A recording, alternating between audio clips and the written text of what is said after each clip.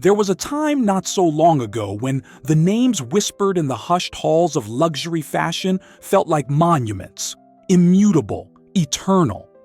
Brands built on generations of craftsmanship, on an unwavering commitment to beauty, on a legacy that seemed to defy the very concept of time. We looked at their storefronts, their campaigns, their exquisite creations, and saw not just clothes, but dreams, aspirations. A promise of enduring quality in a fleeting world. It felt like these houses were woven into the very fabric of our culture, too grand, too established, too perfect to ever truly falter. But the world, as it always does, kept spinning. And the ground beneath those seemingly unshakable foundations began to shift. It started subtly, a whisper of change in the wind, then a tremor. And now, in the blink of an eye, the tremors have become an earthquake. The very pillars of luxury, once thought invincible, are crumbling. Not slowly, not gracefully, but fast, shockingly fast. It is a story of tradition meeting disruption, of heritage clashing with a relentless future, and of dreams dissolving into dust. This is not just about balance sheets or market shares. It is about the human cost, the lost artistry, the end of an era. It is about the realization that even the most glittering empires can fall. And today, we bear witness to the rapid decline of 15 such titans. First, there was Roberto Cavalli. For decades, their name was synonymous with audacious glamour, a wild, untamed spirit that roared from the runways. But the roar became a whimper. They struggled to adapt to changing tastes, unable to capture the imagination of a new generation craving quiet luxury or authentic streetwear. Their vibrant prints, once revolutionary, began to feel like echoes of a bygone era. Then came Escada, the German powerhouse, known for its bold, vibrant power dressing, once dressed the world's most influential women. But the world moved on, and power dressing evolved. Escada clung to its maximalist roots, its signature opulence, even as the market demanded something different. Their attempts to modernize felt forced, losing their original identity without truly finding a new one. The retail giants, the very temples of luxury, also began to fall. Barneys New York, a name that once defined curated luxury, succumbed to debt and changing consumer habits. Its liquidation was not just a store closing, it was the loss of an institution, a cultural touchstone. Its empty windows were a stark reminder that even the most revered platforms could not withstand the digital tide and crushing overheads. And then, Brooks Brothers. An American icon, a bastion of classic menswear, the very definition of preppy elegance. For over 2 centuries, they dressed presidents and generations of families. But the pandemic accelerated a trend already in motion, the death of the suit and the rise of casualization. Their traditional business model, reliance on physical stores, and slow embrace of e-commerce proved fatal. Across the Atlantic, the story was equally heartbreaking. Sonia Rykiel, the queen of knitwear, whose playful, intellectual designs embodied Parisian chic, faced a similar fate. Despite attempts at revival, the brand struggled to find its place in a crowded market. Its unique voice, once so clear, became muffled, unable to cut through the noise of fast fashion and digital trends.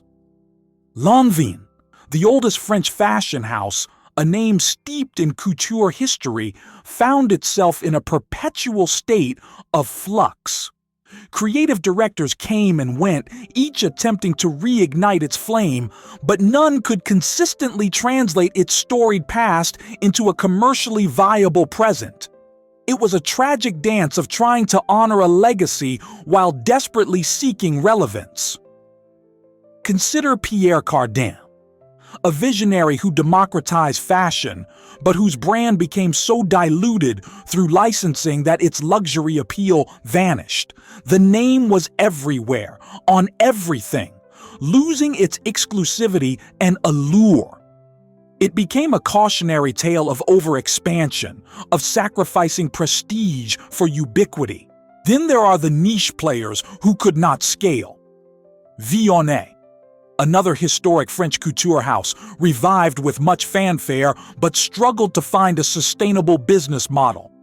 Its exquisite, complex designs, while critically acclaimed, were too niche, too expensive, and too slow to produce for the demands of modern retail.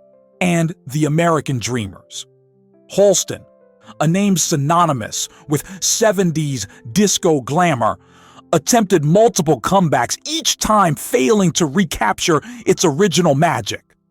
The brand became a revolving door of designers and investors, unable to find a stable identity or a consistent market. Its legacy was grand, but its present was a continuous struggle. Zac Posen, a designer celebrated for his dramatic architectural gowns, closed his namesake label. Despite celebrity endorsements and critical acclaim, the financial realities of running an independent luxury brand in a challenging climate proved insurmountable. His closure was a stark reminder that talent and vision alone are not enough to survive. The indie darlings, too, felt the squeeze. Band of Outsiders, once a beloved, quirky, intellectual brand, went bankrupt, tried to relaunch, but could not regain its momentum. Its unique aesthetic, once a breath of fresh air, was either too niche or too easily replicated by faster, cheaper competitors. Even the concept stores, once arbiters of cool, faced extinction. Opening Ceremony, a brand and retailer that pioneered the concept of curated global fashion, closed all its physical stores. While it continues in other forms, the closure of its vibrant retail spaces marked the end of an era for a brand that had shaped how a generation discovered fashion. And then there are the brands that simply lost their way, or could not adapt to the rapid shifts in consumer values. APC, known for its minimalist, high-quality basics, found itself caught between the rise of ultra-fast fashion and the demand for more overt luxury. Its quiet luxury became too quiet, struggling to stand out in a saturated market. The final two are archetypes, representing broader trends. Consider the global expansion gone wrong brand. Let us call it Imperial Fashions. They chased every emerging market, opened countless stores, but failed to understand local nuances, overstocked, and ultimately diluted their brand's exclusivity. Their ambition outstripped their execution, leading to a rapid, unsustainable burn. And finally, the scandal-ridden heritage house, perhaps House of Lumina. A brand with centuries of history, brought down by a series of ethical lapses, a lack of transparency, or a damaging public relations crisis. In an age where consumers demand authenticity and accountability, even the longest legacies can be shattered overnight by a loss of trust. These are not just names on a list, they are stories.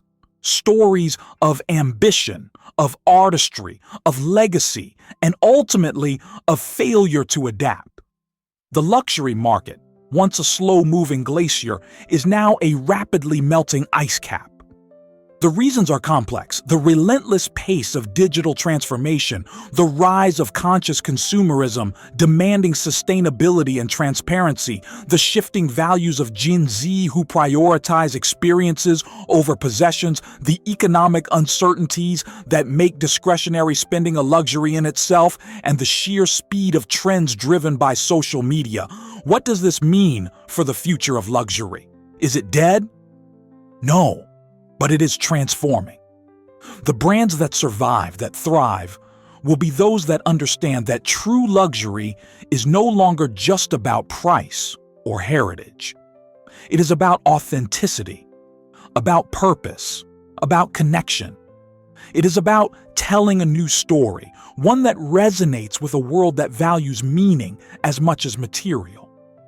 The fall of these titans is a somber reminder that nothing, not even the most glittering empire, is truly immutable. It is a call to appreciate the fleeting beauty of creation, to understand the forces of change, and to look forward, not with despair, but with a renewed understanding of what it truly means to build something that endures. Because even as some stars fade, new constellations are always forming.